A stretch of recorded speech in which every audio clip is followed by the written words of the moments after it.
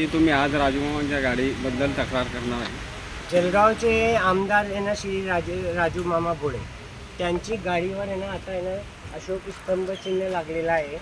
अशोक स्तंभ चिन्ह 2 जे केंद्राचा कायदा आहे त्या कायद्यानुसार केंद्रीय जे आहे ना राज्यमंत्री आहे, स्टेटचे राज्यमंत्री, त्याचे खालचे आहे ना पदाधिकारी आहे ना लावता येत नाही आहे. तसेच आहे ना जे मंत्री असेल, मुख्यमंत्री असेल, त्याचे बेडेचे जे आहे ना शासकीय जे वाहन आहे त्याच्यावरही अशोक चिन्ह लावता येते.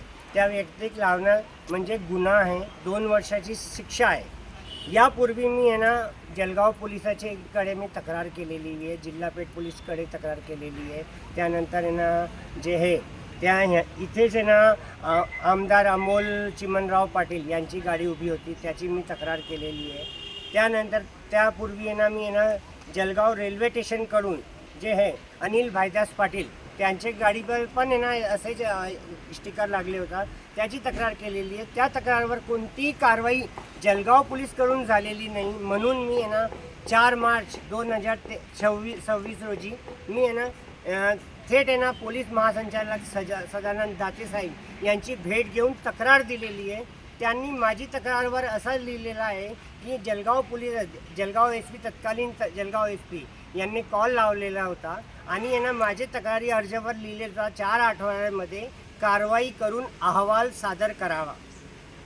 त्यानंतर वारंवार तसं मला पत्र पण 10 एप्रिलला पत्र त्यांनी पाठवलेलं आहे. त्यानंतर वारंवार ना मी पाठपुरावा करूनही माझी ना तक्रार घेतली जाते नाही आहे. परंतु आहे ना ज्या 13 मार्च 2026 रोजी इथे एक सामान्य गाडीवर आहे ना असंच अशोक चिन्ह लागलेला होता.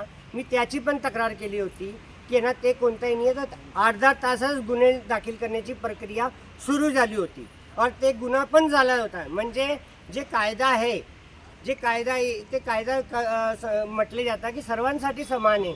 म्हणजे कायदा सर्वांसाठी समान असला तरी ते कायद्याची अंमलबजावणी तोंड पाहून केली जाते का? कारण काय आज पण हे समोर आहे ना जळगाव एस पी आहे ना श्रीकांत दिवरे साहेब यांची गाडी लागलेली आहे, SDPO जळगाव यांची गाडी लागलेली आहे. त्यानंतर जळगाव पोलीस, इधर जळगाव पोलीस आहे, इधर शनीपेठ पोलीस स्टेशन की गाडी लागलेली आहे, समोर वाहतूक शाखाची गाडी लागलेली आहे, RTOची गाडी लागलेली आहे. परंतु कोणताही अधिकारी कारवाई करण्याचे घाबरत आहे का की भीती वाटते त्यांना, ते माझा प्रश्न आहे. और ते मी परत आज येणं तक्रार करणार आहे जिल्हा पेठ पोलीस स्टेशन.